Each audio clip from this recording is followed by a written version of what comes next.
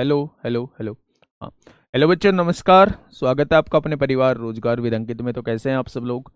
उम्मीद करता हूं कि आप सब लोग अच्छे होंगे, बेहतरीन होंगे, लाजवाब होंगे, एकदम बिंदास होंगे और साथ ही बहुत अच्छे से आप लोग अपनी पढ़ाई को कर रहे होंगे। तो सभी को वेरी गुड मॉर्निंग, सुबह की बहुत ताज़ा नमस्कार सभी को। तो कैसे हैं बच्चे आप सब लोग? कैसी चल रही है आप लोगों की पढ़ाई? बढ़िया हो? बढ़िया हो, उठ जाओ, है ना। जल्दी से हाथ मुंह धो के, है ना, पढ़ने बैठ जाओ। ठीक है, चलिए शुरुआत करते हैं एक बहुत ही बेहतरीन चैप्टर से।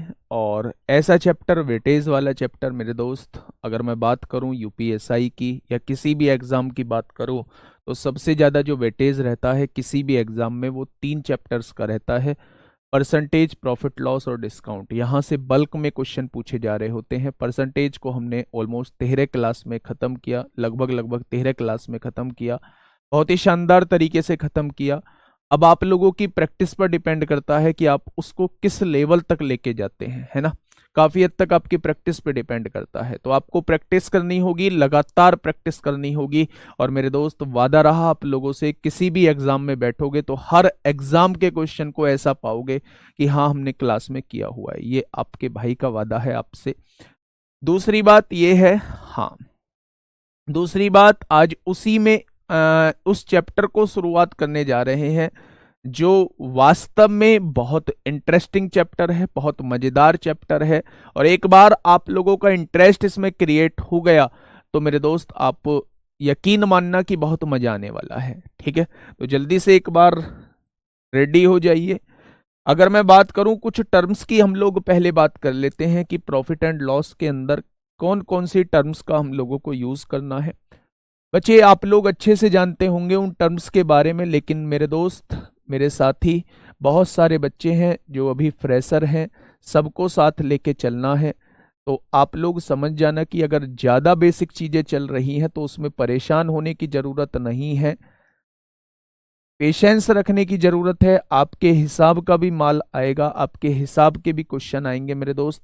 तो आप लोगों को लगेगा कि हाँ, क्वेश्चंस में दम है। लेकिन अगर मैं शुरुआत में ही वो क्वेश्चंस आप लोगों के सामने ले आऊं तो शायद वो कमजोर बच्चा जो किसी भरोसे के साथ क्लास से जुड़ा है वो पीछे हट जाएगा। तो मेरे दोस्त, मेरी इस बात पे थोड़ा सा ध्यान देना, क्लास में डिस्टर्ब मत करना। और क्लास में ये पहले से मत लाना कि लेवल बढ़ाओ लेवल घटाओ। एक लेवल को हम लोग बढ़ाते चलेंगे और लास्ट के लेवल को छू रहे होंगे जिस दिन ये चैप्टर खत्म होगा। ठीक है, लाभ और हानि में अगर मैं बात करता हूं दोस्त मेरे, इसी में हम लोग आगे डिस्काउंट पढ़ रहे होंगे और डिस्काउंट को कहा जाता है छूट। तो अगर मैं इन दोनों चैप्टर्स की बात करता हूं तो इन दोनों चैप्टर्स में मेरे दोस्त 3 से 4 क्वेश्चन जो है वो यूपीएसआई के अंदर बन रहे होते हैं, ज्यादा भी बन सकते हैं। यूपीएसआई के अंदर 3 से 4 क्वेश्चन मेरे दोस्त बन रहे होते हैं। तो अपने आप में बड़ा चैप्टर है। बड़ा चैप्टर है, जब 4 क्वेश्चन बन रहे हो 40 में, तो 100 में कितना हो जाएंगे? तो 10% का वेटेज जो है इस सिंगल चैप्टर का है। तो 10% एक सिंगल चैप्टर से कवर हो रहे हैं। तो मेरे दोस्त, आप लोग समझ सकते हैं कि मेरे साथी कि ये चैप्टर जो है अपने आप में काफी इंपॉर्टेंट बन जाता है ना। अब मैं कुछ टर्म्स के बारे में आप लोगों के साथ डिस्कस करता हूं कि वो टर्म्स कौन कौन सी होती हैं। सबसे पहले अगर मैं बात करूं कि हम लोग बात करेंगे क्रय मूल्य के बारे में बात करेंगे। क्रय मूल्य को ही लागत मूल्य भी कहा जाता है। क्रय मूल्य को ही क्या कहा जाता है? लागत मूल्य कहा जाता है। अगर मैं इंग्लिश में बात करूं तो इसे ही कॉस्ट प्राइस कहा जाता है। हम लोग हर जगह क्या लिख रहे होंगे? इसी को हम लोग जो है सीपी लिख रहे होंगे। दूसरी बात, अगर मैं यहीं पे बात करता हूं मेरे दोस्त, दूसरी टर्म कौन सी है जो हम लोगों को पढ़नी है? तो विक्रय मूल्य जो है वो दूसरी टर्म है। दूसरे वर्ड से इसे किस नाम से जाना जाता है? तो आप कहेंगे बिक्री मूल्य जो है, इसे बिक्री मूल्य के नाम से भी जाना जाता है। और इसे इंग्लिश में जो कहा जाता है वो सेलिंग प्राइस कहा जाता है, यानी कि एसपी इसे हम लोग डिनोट कर रहे होंगे। पहले इन दो टर्म्स के बारे में हम लोग जान लेते हैं, उसके बाद जो है हम लोग आगे बढ़ेंगे। अगर मैं कॉस्ट प्राइस की बात करता हूं तो अगर अगर कोई वस्तु कितने रुपए में खरीदी गई है, मान लो ये एक पेन है और मैंने इसे 50 रुपए में खरीदा, तो खरीदने वाला जो रेट होता है, खरीदने वाला जो रेट होता है, जिस रेट पर वस्तु खरीदी गई है, उसे दोस्त मेरे क्रय मूल्य कहा जाता है, उसे कॉस्ट प्राइस कहा जाता है। जिस रेट पर वस्तु बेची गई है उसे विक्रय मूल्य कहा जाता है, उसे सेलिंग प्राइस कहा जाता है। तो एक ही वस्तु का क्रय मूल्य उसके लिए होगा जिसने इस वस्तु को खरीदा है, एक ही वस्तु का विक्रय मूल्य उसके लिए होगा जिसने इस वस्तु को बेचा है। तो अगर ये मैंने पेन किसी से खरीदा है तो मेरे लिए तो ये क्रय मूल्य हो जाएगा, दुकानदार ने इसे बेचा है तो दुकानदार के लिए विक्रय मूल्य हो जाएगा। तो ये दोनों बातों में आप लोगों को दिक्कत नहीं होगी।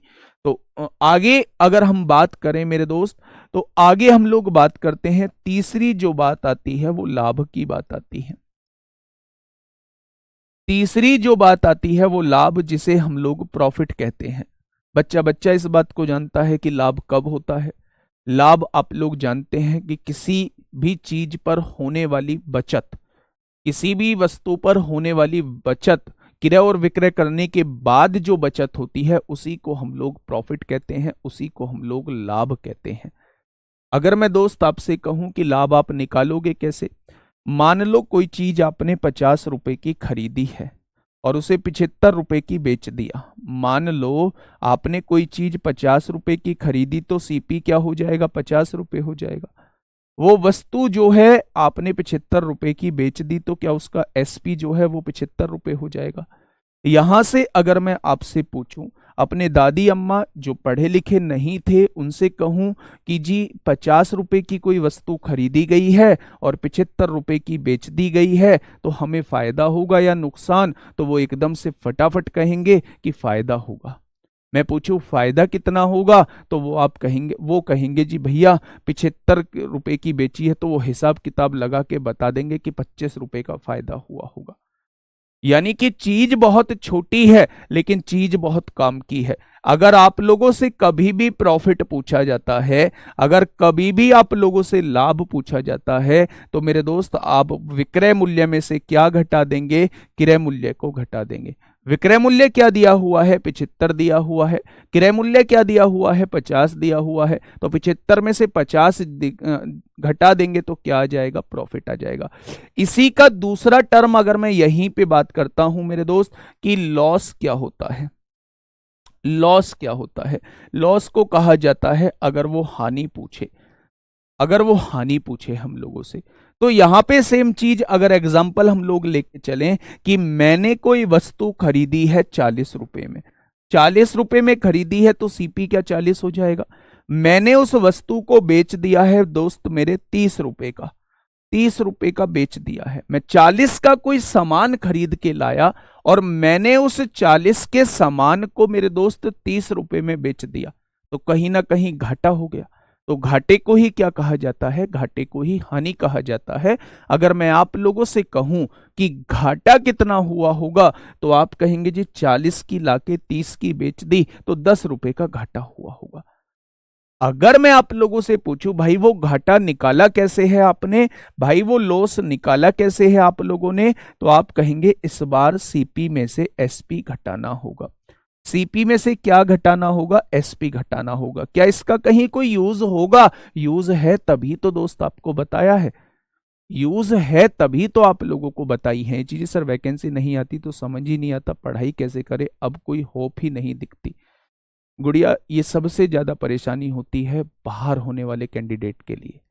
हम लोग जो है उस चीज का वेट कर रहे हैं। मैं ये जरूर समझता हूं कि बहुत सारे बच्चों को दिक्कत होती है कि वैकेंसी कब आएंगी, क्या वैकेंसी आएंगी भी या नहीं आएंगी, क्या हम लोग जिसके लिए पढ़ाई कर रहे हैं उस चीज का कुछ तो निर्धारित हो।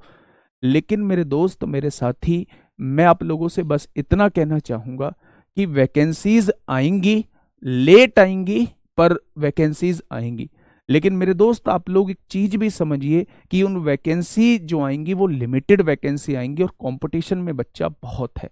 तो तैयारी, एक अच्छे लेवल की तैयारी आप लोगों को करनी होगी और अच्छे लेवल की तैयारी के लिए आपको अच्छे लेवल का ही टाइम चाहिए, मतलब ज्यादा टाइम चाहिए। तो एक दिन में तो तैयारी नहीं होती है। चलो मैंने मान लिया कल आपकी वैकेंसी आ भी गई, 1 महीने बाद आपका एग्जाम भी हो गया, तो क्या उस एग्जाम को आप क्रैक कर पाओगे? क्या अभी इस कंडीशन में आप हो कि उस एग्जाम को क्रैक कर पाए? अपने आप को सबसे पहले उस कंडीशन में लेके आइए कि जब भी वैकेंसी आएंगी मैं पूरी तरीके से तैयार हूं, वो एकदम मैं क्लियर कर दूंगा, वो एग्जाम को मैं क्रैक कर दूंगा। पहले अपने आप को इस काबिल तो बनाओ। बात समझ रहे हो? तो अभी टाइम लगेगा थोड़ा सा, लेकिन वैकेंसीज आएंगी। अब ये डिपेंड आप पर करता है कि आप कब तक पेशेंस रख पाते हैं। और याद रखना, किसी से भी पूछना, कहीं भी पढ़ते हो, पेशेंस जिसने रख लिया वो सफल व्यक्तियों की गिनती में 100% व्यक्ति आ जाएगा। सबसे बड़ी बात है कि पेशेंस कितने टाइम तक हम लोग रख पाते हैं। ये 4 चीजों के बारे में मैंने आप लोगों को बताया। अगर कोई जिस रेट पर वस्तु खरीदी है तो मेरे दोस्त वो क्रय मूल्य कहलाएगा।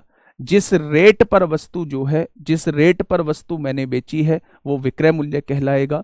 अगर मैं लाभ की बात करता हूं, प्रॉफिट की बात करता हूं, तो अगर मैं विक्रय मूल्य में से क्रय मूल्य को घटा दूंगा तो वो प्रॉफिट कहलाएगा। अगर क्रय मूल्य में से विक्रय मूल्य को घटा दूंगा तो मेरे दोस्त वो हानि या लॉस कहलाएगा। अब यहीं से 2 बात और निकल के आती है मेरे दोस्त। अभी तो खाली ये आपके सामने लॉस लिखा, प्रॉफिट लिखा है, यहां लॉस लिखा है।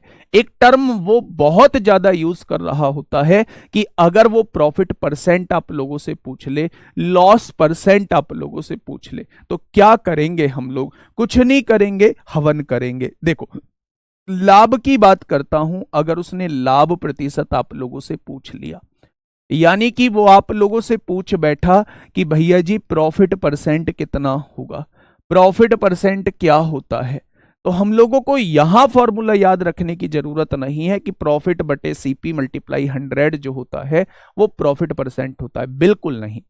हम लोगों को काम कैसे करना है उस पर थोड़ा सा ध्यान दीजिए। मान लो मैंने कोई वस्तु जो है वो 20 रुपए की खरीदी दी है, तो सीपी क्या हो जाएगा? 20 रुपए हो जाएगा। मान लो उस वस्तु को मैंने 28 रुपए की बेच दिया। कितने रुपए की बेच दिया? 28 रुपए की बेच दिया। मुझसे क्वेश्चन में कहा गया प्रॉफिट परसेंट क्या होगा। यानी ये बात क्लियर हो चुकी है बच्चे। आज की जो क्लास है ना वो बिल्कुल बेसिक है, बिल्कुल बेसिक। इसलिए क्लास कह रहा हूं कि आज की क्लास अगर आपने समझ ली ना, तो आगे 5 दिन जो है, 6 दिन 7 दिन जो है वो बहुत शानदार हम लोगों के निकलने वाले हैं। लेकिन आज की क्लास में अगर थोड़ा बहुत भी लोचा आ गया तो मेरे दोस्त फिर आगे पूछोगे जी 120 क्यों लिख दिया? कहीं 120 निकाल देते हो, कहीं 20 निकाल देते हो, कहीं हानि इन 30% की निकाल देते हो, कहीं इसकी वैल्यू 70% निकाल देते हो। तो उन सारी बातों को समझना। आज समझोगे तो कल आगे के 6-7 दिन जो है हम लोग स्मूथली चल रहे होंगे, है ना। सुनो, मैंने बताया कि मैंने किसी वस्तु को 20 रुपए की खरीदा और मैंने उस वस्तु को 28 रुपए की बेच दिया। तो आप लोगों से पूछ रहा हूं प्रॉफिट परसेंट क्या होगा। जब भी कोई चीजें परसेंटेज में आप लोगों से पूछी जाती हैं, सबसे पहले एग्जैक्ट वैल्यू की कोई नीड नहीं होती। आप चीजों का रेशो बना लीजिए, ठीक है। रेशो बना लेंगे तो क्या करेंगे? आपने कहा जी रेशो बनेगा 4 पंजे 20, 4 सत्ते 28। जो एक बहुत बड़ी वैल्यू दी हुई थी, आपने उसे 4 से काट के छोटी वैल्यू कर लिया। ये ऐसा तब करना है जब हम लोग जो है परसेंटेज या रेशो की बात कर रहे हों। अगर परसेंटेज में क्वेश्चन नहीं पूछा है तो कभी भी हम लोग ऐसे इस टाइप से नहीं करेंगे, एग्जैक्ट वैल्यू से ही आंसर आएगा। तो जब मैंने 5 की चीज को 7 में बेच दिया, अगर मैं पूछूं फायदा कितने का हुआ, 5 की चीज को 7 में बेचने पर फायदा कितने का हुआ, तो आप कहेंगे 2 रुपए का फायदा हुआ है। एक चीज अपने दिमाग में सेट कर लेना, चाहे बात फायदे की हो चाहे बात नुकसान की हो, हमेशा दोनों चीजें जो निकलती हैं वो हमेशा क्रय मूल्य पर निकलती हैं। अगर आप सही क्वेश्चन कर रहे हो तो हमेशा क्रय मूल्य पर ही लाभ और हानि निकलती है। तो मैंने आप लोगों से कहा कि भाई साहब 2 रुपए का फायदा हुआ। आपने कहा कि ये 2 रुपए का फायदा जो हुआ है ये किस पर हुआ है? तो मैंने कहा भाई 2 रुपए का फायदा जो हुआ है वो 5 रुपए पर हुआ है।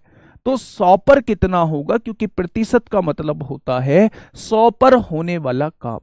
तो अगर 2 रुपए का फायदा 5 रुपए पर होता है तो 100 रुपए पर कितना होता होगा मेरे साथी। तो यहां से आप लोग क्या कहने वाले हैं, यहां से आप लोग कहने वाले हैं कि इस सौदे पर 40% का लाभ हुआ होगा, इस सौदे पर 40% का लाभ हुआ होगा।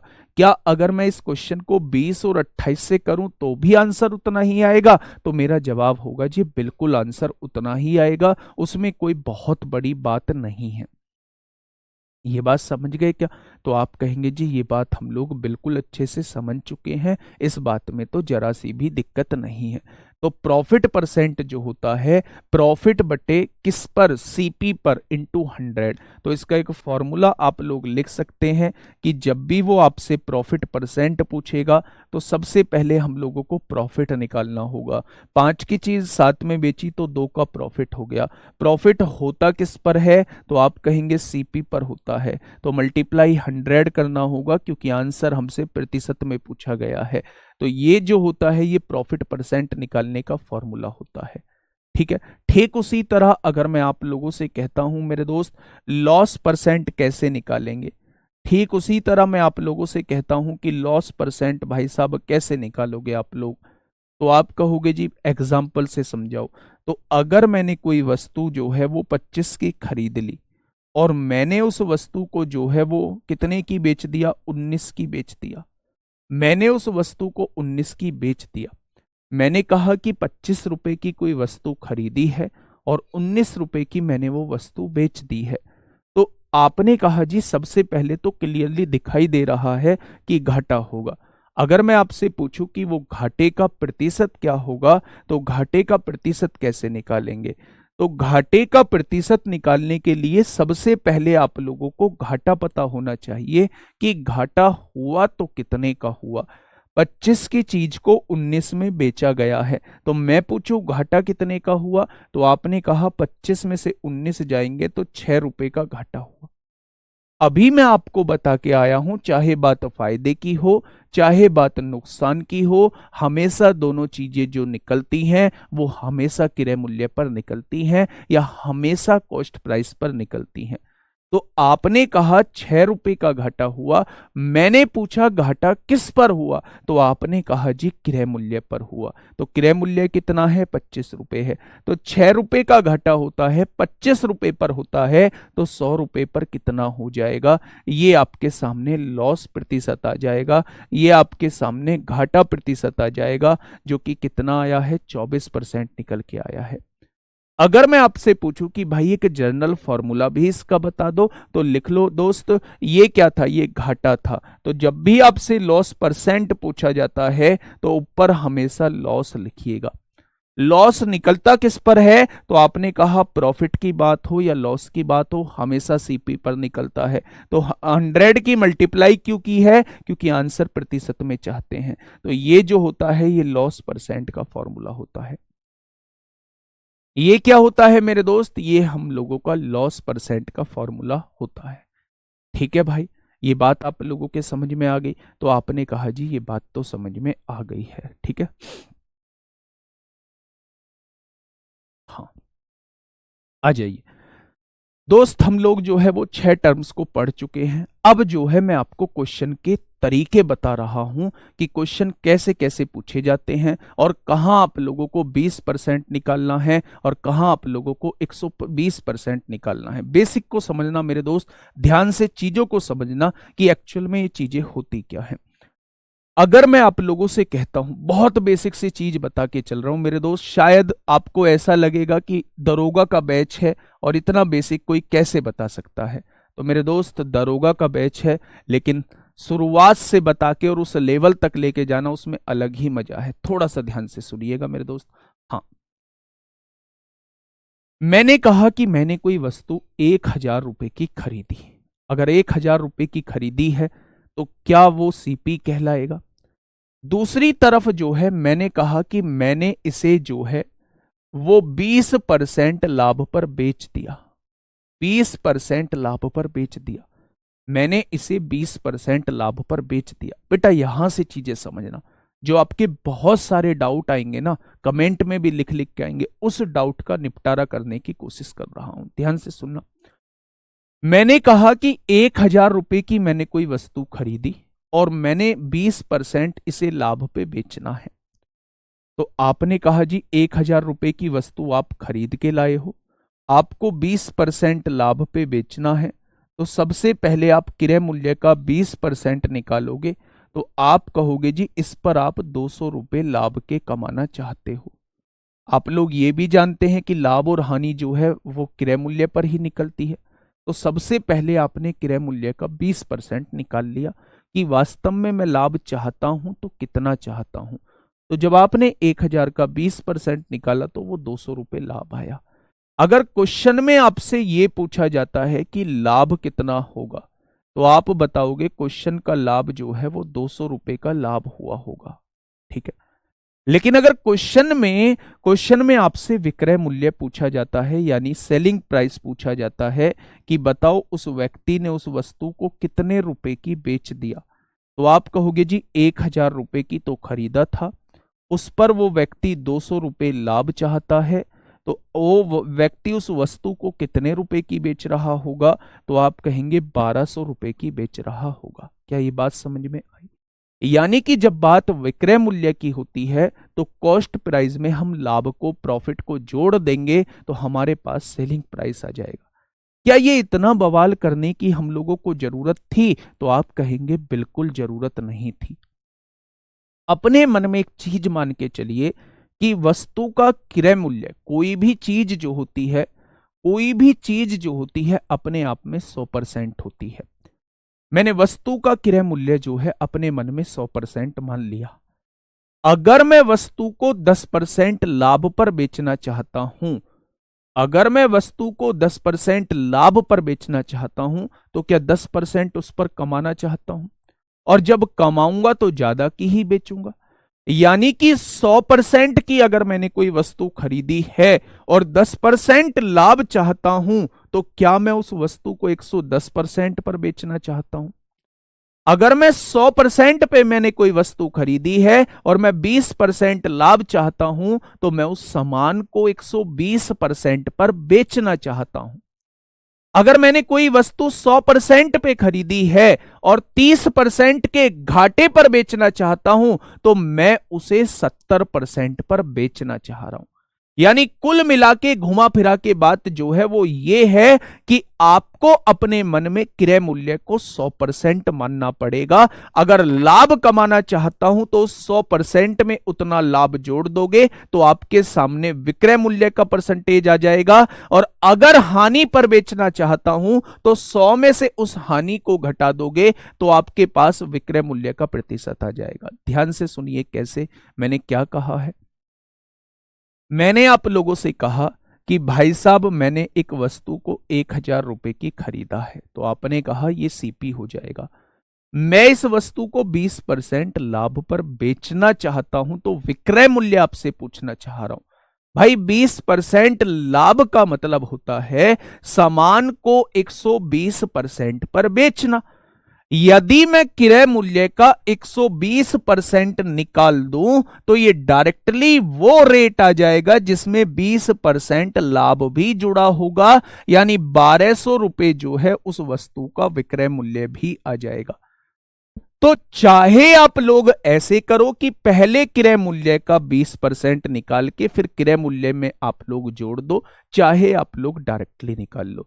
तो ये क्वेश्चन का डाउट जो है वो आपका खत्म होता है कि कहीं तो आप 20% निकाल के उसमें जोड़ रहे होते हैं, कहीं आप डायरेक्टली 120% निकाल रहे होते हैं। लेकिन ये बात आप लोग समझ लो कि ये दोनों बातें जो हैं वो सेम है, ये दोनों बातें जो हैं वो सेम है। ठीक है, ये बात समझ में आ गई। तो आप लोग ये समझेंगे कि अगर वस्तु का रेट मैंने अपने मन में 100% मान लिया है, 100% मान लिया है, तो मेरे साथी 10% के लाभ पर मैं उसे 110% पर बेचूंगा।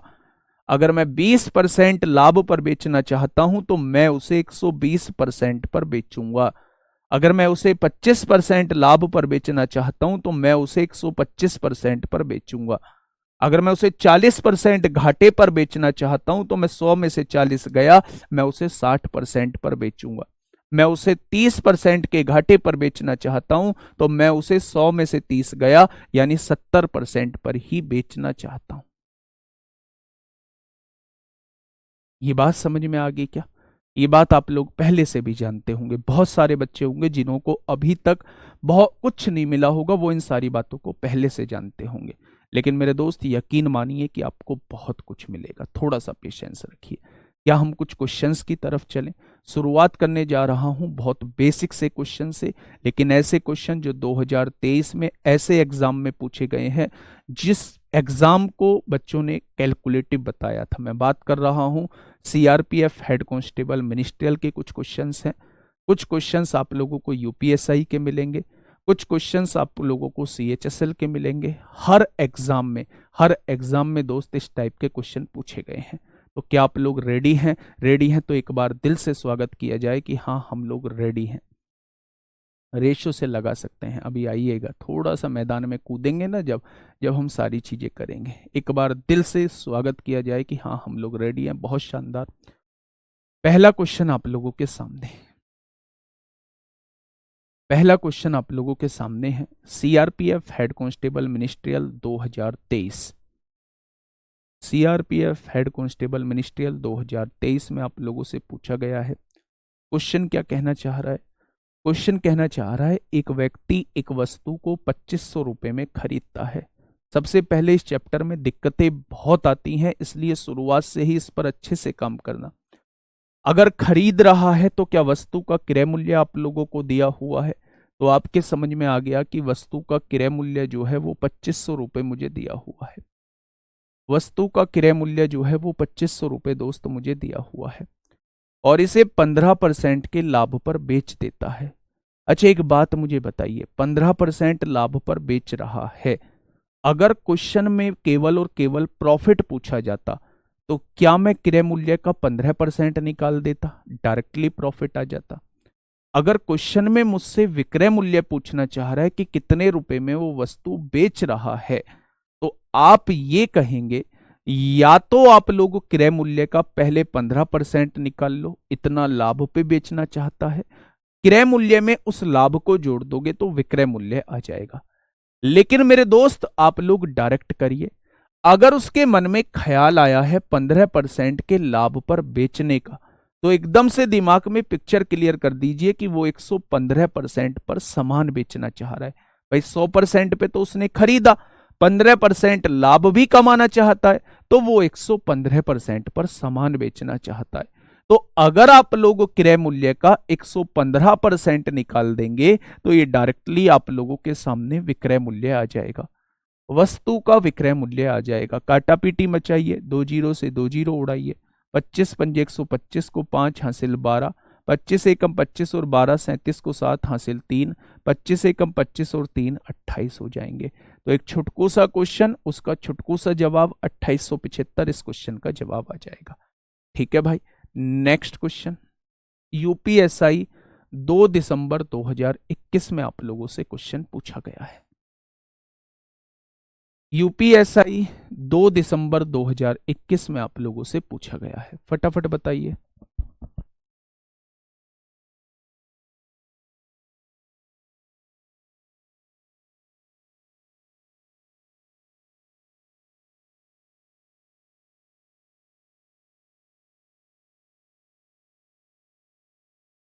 चलिए भाई, क्वेश्चन नंबर 2 क्या कहना चाहता है भाई? क्वेश्चन नंबर 2 थोड़ा सा सुनिएगा। एक मोबाइल को $14,105 में 35% की हानि पर बेचा जाता है। देखो भाई, पहले यहां से यहां तक क्वेश्चन पढ़ना, आगे बाद में जाना, पहले यहां से यहां तक का क्वेश्चन पढ़िए मेरे दोस्त।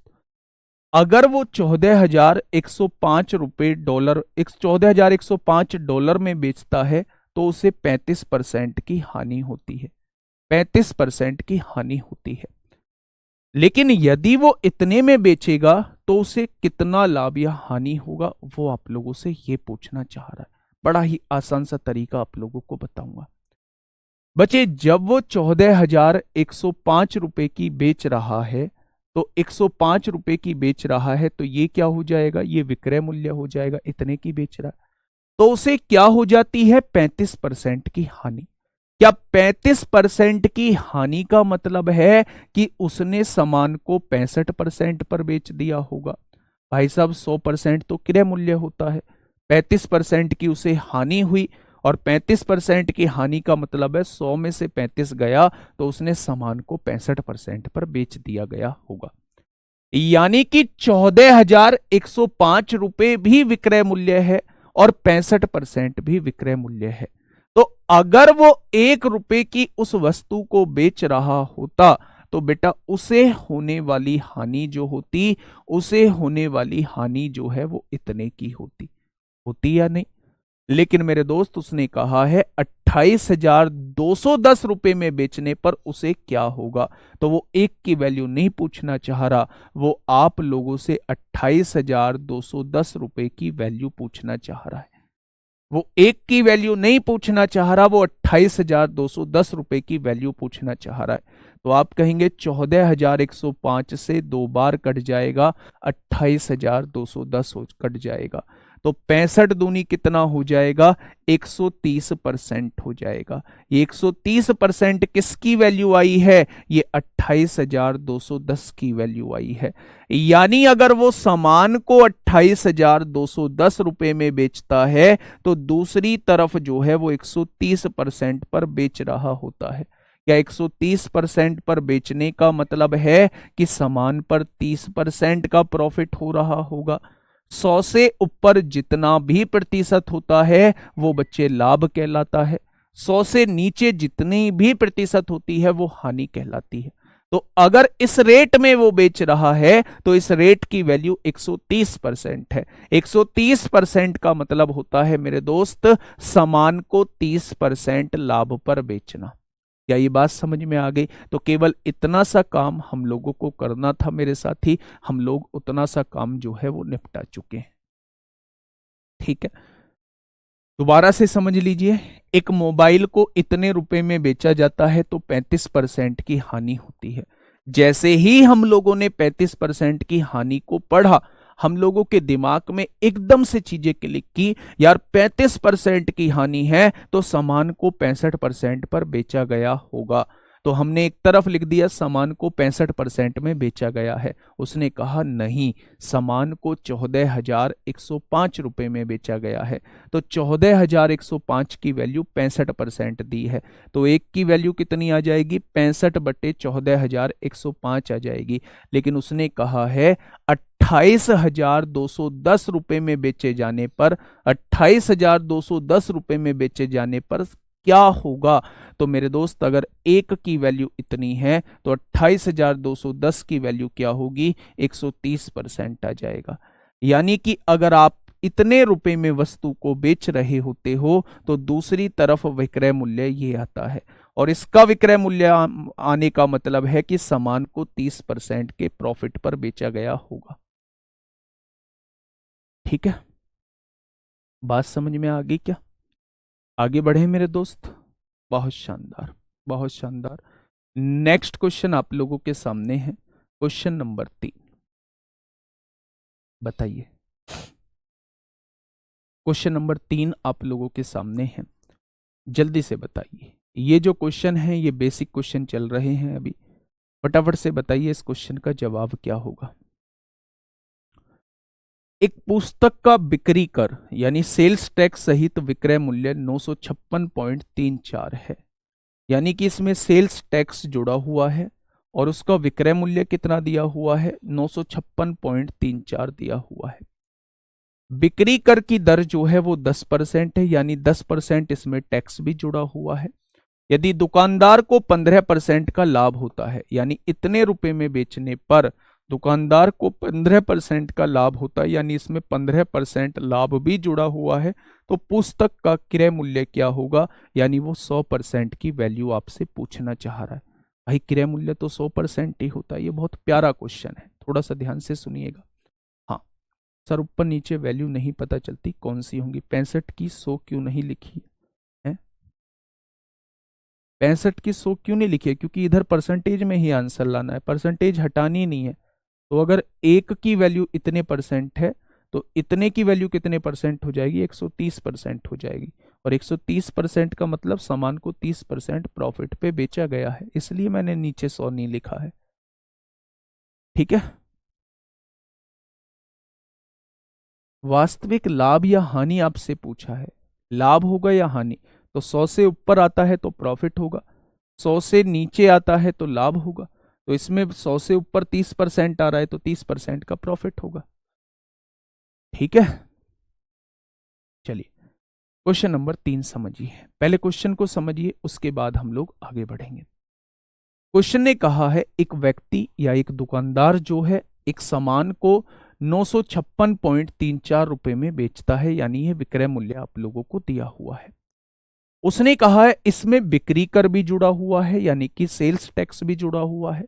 वो सेल्स टैक्स जो है वो 10% है क्या, और इसमें 15% लाभ भी जुड़ा हुआ है। तो उसने पूछा है वस्तु पुस्तक का क्रय मूल्य क्या होगा, ये आप लोगों को दोस्त बताना है। ठीक है भाई। अच्छा एक बात मुझे बताओगे, बहुत छोटी सी बात बताओ, अगर मैं आप लोगों से ये कहता हूं, अगर मैं आप लोगों से ये कहता हूं कि बिक्री कर जो है वो 10% है, तो बिक्री कर के हिसाब से ये वैल्यू किसकी है, ये वैल्यू किसकी है? 100% तो वो वैल्यू होगी जिस पर वस्तु बेची जा रही होगी, उसमें 10% जो है वो टैक्स भी जुड़ा होगा। तो क्या ये जो वैल्यू है 110% की वैल्यू है? क्या ये जो वैल्यू है 110% की वैल्यू आप लोगों को दी हुई है? यानी कि अगर 10% टैक्स जुड़ा हुआ है तो 100% जो है मैंने वो कीमत मान ली जो लाभ के साथ कीमत थी, अब उसमें 10% जो है वो टैक्स भी जुड़ा हुआ है, तो क्या वो वैल्यू 110% की हो जाएगी? 110% की जो वैल्यू आप लोगों को दी हुई है वो 956.34 दी हुई है, 956.34 दी हुई है, 956.34 आप लोगों को दी हुई है। तो 1% की वैल्यू कितनी आ जाएगी? तो आप कहेंगे जी 956.34 बटे 110 हो जाएगा। कितना हो जाएगा? बटे 110 हो जाएगा। हो जाएगा क्या 110? अगर मैं आपसे 100% की वैल्यू पूछूं तो आप लोग क्या बताएंगे? ये 100% किसकी वैल्यू आएगी? तो आप कहेंगे ये 100% जो है उसकी वैल्यू आएगी जिसमें लाभ जुड़ा होगा। दोबारा से समझिए क्वेश्चन को, एक वैल्यू है, एग्जाम्पल से समझिए। मान लो 100 रुपए उस वस्तु का क्रय मूल्य था, इस पर लाभ हुआ 20% का, तो 20 रुपए लाभ हो गया, तो वस्तु की कीमत क्या होगी? 120 रुपए होगी। लेकिन अभी 10% का टैक्स और लगना है, तो मैं इस पर 10% का टैक्स और लगाऊंगा। फाइनली वस्तु पर 12 रुपए टैक्स लगाने के बाद वस्तु को बेचूंगा कितने की? तो आप कहेंगे 132 रुपए की। ऐसे ही तो आप काम करेंगे, यानी 132 में से सबसे पहले आप टैक्स को घटाएंगे तो विक्रय मूल्य आपके पास आएगा, और विक्रय मूल्य से फिर आप 100% की वैल्यू निकालेंगे। ठीक है, वही चीज मैं दोस्त यहां करना चाह रहा हूं कि अगर मैं आपसे ये कहूं, अगर मैं आपसे ये कहूं एक पुस्तक का बिक्री कर सहित, यानी बिक्री कर सेल्स टैक्स इसमें लगा हुआ है, विक्रय मूल्य जो है वो ये होता है, तो 10% का सेल्स टैक्स है, यानी 10% इसमें जुड़ने के बाद क्या ये जो वैल्यू है ये 110% की वैल्यू आप लोगों को दी हुई है। अगर 110% की वैल्यू ये है तो 1% की वैल्यू जो है वो ये हो जाएगी। तो 100% की वैल्यू कितनी हो जाएगी? यहां से 100% की वैल्यू पहले निकालो। तो आप कहेंगे जी पॉइंट हटाओ, 2 जीरो बढ़ाओ, 2 जीरो से ये 2 जीरो उड़ाओ, 11 से काटो, 11 अट्ठे 88 होंगे, 7 बचेगा मेरे दोस्त 76, 11 छिंग 66 होंगे, 11 छिंग 66 हो जाएंगे। अब कितना 10 बचेगा, 11 निम्मा 99, 11 चौक 44 हो जाएंगे, और 11 धाई 110 हो जाएंगे। यानी कि फाइनली वो सेल्स टैक्स ना लगता तो फाइनली वस्तु 869.4 रुपए की बेची जा रही होती। अगर वो सेल्स टैक्स ना लगता तो फाइनली वस्तु जो है वो 869.4 रुपए की बेची जा रही होती। लेकिन मेरे दोस्त ये 869.4 रुपए की तब बेची जाएगी जब 15% का लाभ होगा। यानी ये जो वैल्यू है ये 115% की वैल्यू आप लोगों को दी हुई है। ये 115% की वैल्यू है, तो 1% की वैल्यू कितनी हो जाएगी? तो आप कहेंगे 869.4 बटे 115 हो जाएगी। तो 100% की वैल्यू कितनी हो जाएगी? ये आपके सामने क्रय मूल्य आ जाएगा। जो क्वेश्चन ने पूछा है वो मेरे दोस्त आपके सामने ये आ जाएगा। दोबारा से समझना, पहले इसे काटा पीटी कर लो थोड़ी सी। पॉइंट हटाइए, जीरो बढ़ाइए, एक जीरो से एक जीरो उड़ाइए, 5 दूनी 10 होगा, 5 से काटेंगे, 5 दूनी 10, 5 तिया 15, 23 से काटिए ऊपर वाली वैल्यू को, 23 से कम 23, 23 दूनी 46, 23 तिया 69 होते हैं, 23 तिया 69 होंगे, कितना बचेगा? 70, और 17 179 आ जाएगा। 100 डिवाइड करके देख लीजिए मेरे दोस्त, 8694 को 23 से डिवाइड करके देख लीजिए, 23 दूनी 46, 23 तिया 69 हो जाएगा। कितना आ जाएगा? 16 में से 9 गए 7 बचेगा, 17 179। कितनी बार कटेगा? 8 बार तो नहीं, 7 बार कटेगा। 7 तिया 21 को 1 हासिल 2, 7 दूनी 14, 2 16 आ जाएगा। 9 में से 1 गया 8, 7 में से 6 गया 1, यहां से काटेंगे तो 4 बार कट जाएगा, है ना। और 23 अट्ठे जो होते हैं वो 184 ही होते हैं। तो ये जो कटेगा मेरे दोस्त 378 बार कट जाएगा। और 378 की गुणा 2 में करेंगे तो 8 दूनी 16 को 6 हासिल 1, 7 दूनी 14, 14 और 1 15 को 5 हासिल 1, 756 जो है वस्तु का क्रय मूल्य आ जाएगा। कितना आ जाएगा? 756 जो है वो वस्तु का क्रय मूल्य आ जाएगा।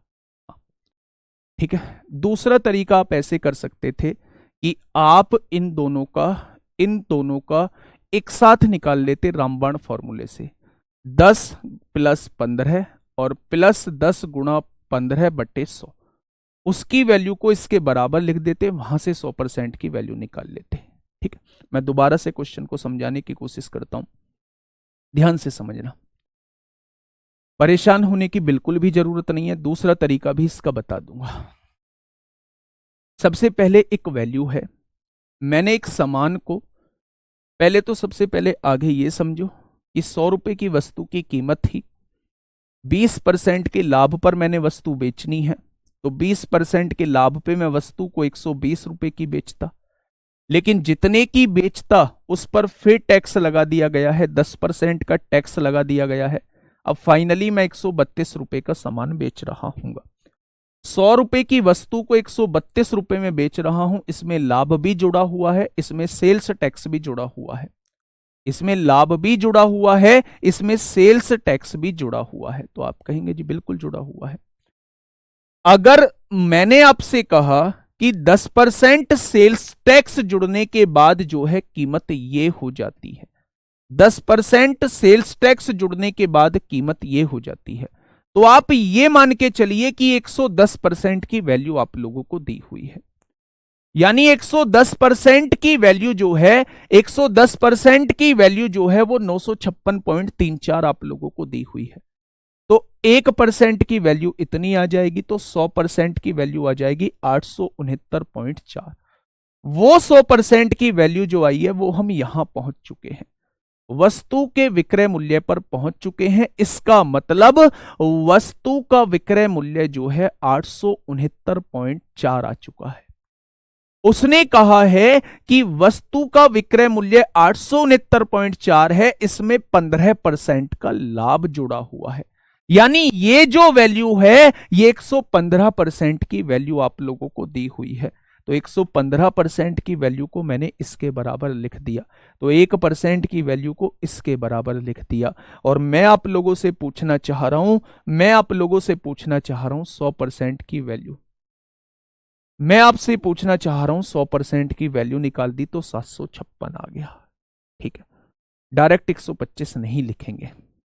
मेरी बात आप लोगों को समझ में आई या नहीं? अब देखना मेरे दोस्त, मेरी छोटी सी बात समझना, इसे हम दूसरे तरीके से कैसे कर सकते हैं, सेकंड टाइप कैसा होगा, सक्सेसिव से हम इस क्वेश्चन को सॉल्व कर सकते हैं। मेरी बात को समझिए, अगर मैं आप लोगों से ये कहूं कि 100 रुपए की आपने कोई वस्तु खरीदी थी और उसने 20% के लाभ पर बेच दी तो मैं यहां पहुंच गया हूं। अब इसके 10% सेल्स टैक्स लग रहा है तो मैं इसका ही तो 10% निकालूंगा, बढ़ी हुई वैल्यू का 10% निकालूंगा। तो यहां आप सक्सेसिव भी लगा सकते हैं। ध्यान से सुनिएगा भाई, मुझसे मत कहो फर्स्ट फर्स्ट कराने की, जैसे कराना हूं वैसे ही कराऊंगा। ठीक है, सुन लीजिए थोड़ा ध्यान से। 10% का सेल्स टैक्स था, 25% 15% का लाभ जुड़ा हुआ था, इसका सक्सेसिव लगा दीजिए यहां, यानी कि 10 गुणा 15/100 हो जाएगा। 15 और 10 25 हो जाएगा, प्लस यहां से क्या आएगा 1.5 आ जाएगा। यानी ओवरऑल जो है क्रय मूल्य से 26.5% बढ़ा के रेट होगा ये वाला रेट। यानी कि इस वाले रेट में सेल्स टैक्स भी जुड़ा है, लाभ भी जुड़ा है, यानी 26.5% फालतू वैल्यू जुड़ी हुई है। यानी कि अगर 100% क्रय मूल्य होगा तो क्या ये वैल्यू जो होगी वो 126.5% की होगी। अगर 126.5% की वैल्यू जो है वो 956.34 है तो 1% की वैल्यू कितनी हो जाएगी, तो आप कहेंगे 956.34 बटे 126.5 हो जाएगी। तो आपसे 100% की वैल्यू वो पूछना चाह रहा है। तो यहां से आप डायरेक्टली क्रय मूल्य निकाल पाएंगे, यहां से आप डायरेक्टली क्रय मूल्य निकाल पाएंगे। ये बात समझ में आ गई क्या? क्या ये बात समझ में आ गई? बहुत शानदार। नेटवर्क इश्यू है देखना भाई। सही चल रही है दोस्त क्लास। अनित कुमार भाई, यही कमेंट करते रहोगे या पढ़ोगे भी आगे?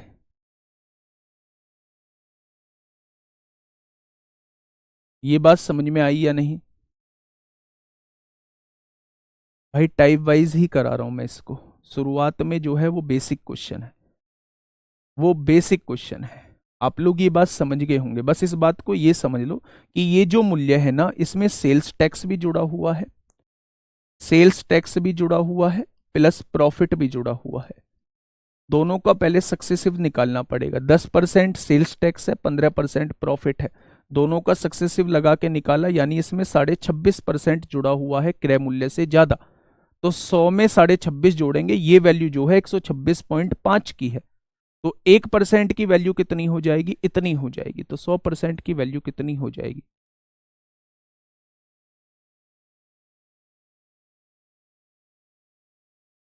ठीक है, मेरे हिसाब से ये बेहतरीन मेथड है, इससे करोगे तो कॉन्सेप्ट क्लियर होगा।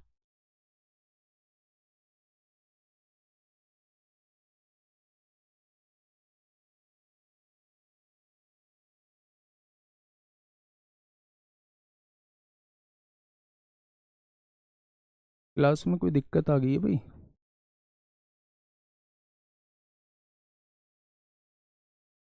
चलिए नेक्स्ट क्वेश्चन, क्वेश्चन नंबर 4 को बताइए क्या होगा इस क्वेश्चन का बिल्कुल सही जवाब। क्वेश्चन नंबर 4 आप लोगों के सामने है, जल्दी से बताइए क्या होगा इसका बिल्कुल सही जवाब।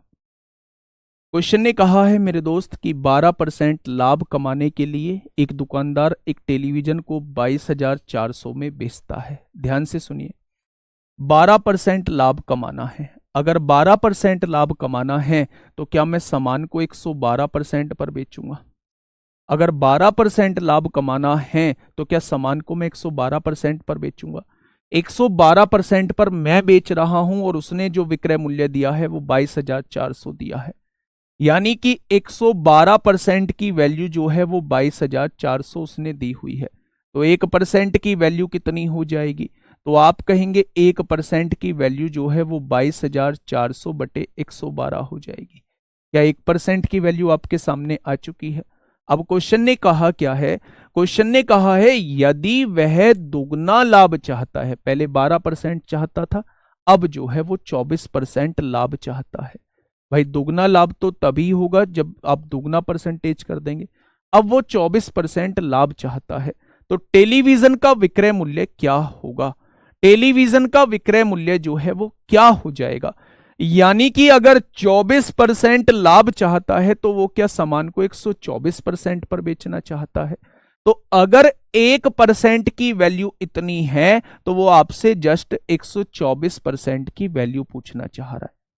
भाई पहले 12% लाभ हुआ तो 112% पर बेच रहा होगा, और 112% पर बेचने पर उसकी कीमत क्या है, 22,400 रुपए में बेच रहा है। तो 112 की वैल्यू 22,400 है, तो एक की वैल्यू कितनी हो जाएगी, इतनी। लाभ को दुगना करना चाहता है, यानी लाभ को 24% करना चाहता है, तो सामान को 124% पर बेचेगा या नहीं। तो आपसे वो 124% की वैल्यू पूछना चाह रहा है। तो दोस्त यहां से सॉल्व करिए। 112 दूनी 224 होते हैं, 124 दूनी 248 हो जाएगा। तो 24,800 का वो सामान बेचना होगा। इतने का बेचना होगा, 24,800 का वो सामान बेचना होगा। ठीक है भाई। नेक्स्ट क्वेश्चन आप लोगों के सामने है, क्वेश्चन नंबर 5। फटाफट बताइए क्या होगा। क्वेश्चन नंबर 5 आप लोगों के सामने है। क्या कहना चाह रहा है क्वेश्चन, जानकी ने 180 रुपए प्रति दर्जन की दर से 10 दर्जन मकई खरीदी। 180 रुपए प्रति दर्जन की दर से 10 दर्जन मकई खरीदी है। उसने प्रत्येक मकई को 12 रुपए की दर से बेच दिया है। उसका लाभ प्रतिशत क्या था। बेटा बेसिक क्वेश्चन चल रहे हैं अभी, है ना। तो आप इनसे मत ये कहिएगा कि सारी चीजें टाइप वाइज ही कराऊंगा। शुरुआत में वो क्वेश्चन करा रहा हूं जिसमें वो लाभ या हानि प्रतिशत आप लोगों से पूछ रहा होता है।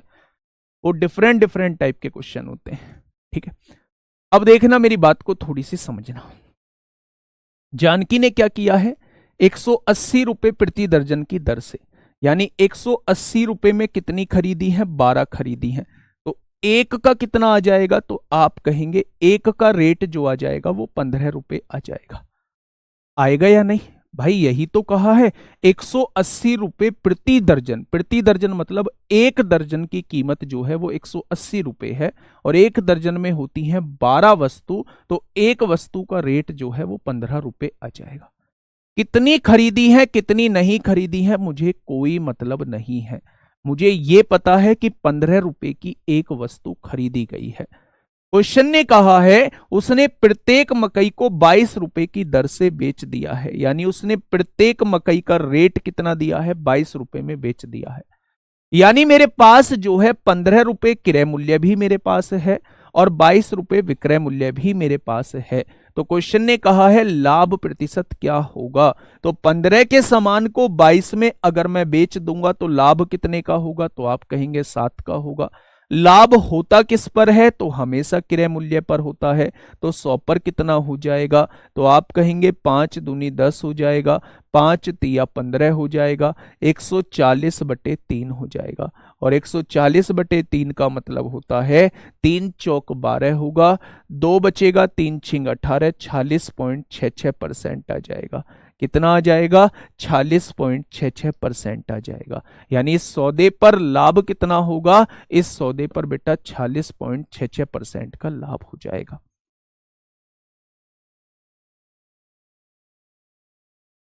ठीक है भाई।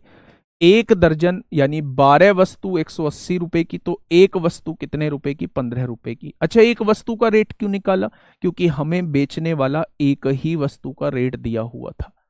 अगर एक वस्तु इतने की बेची है तो हमें पता होनी चाहिए कि एक वस्तु खरीदी कितने की होगी।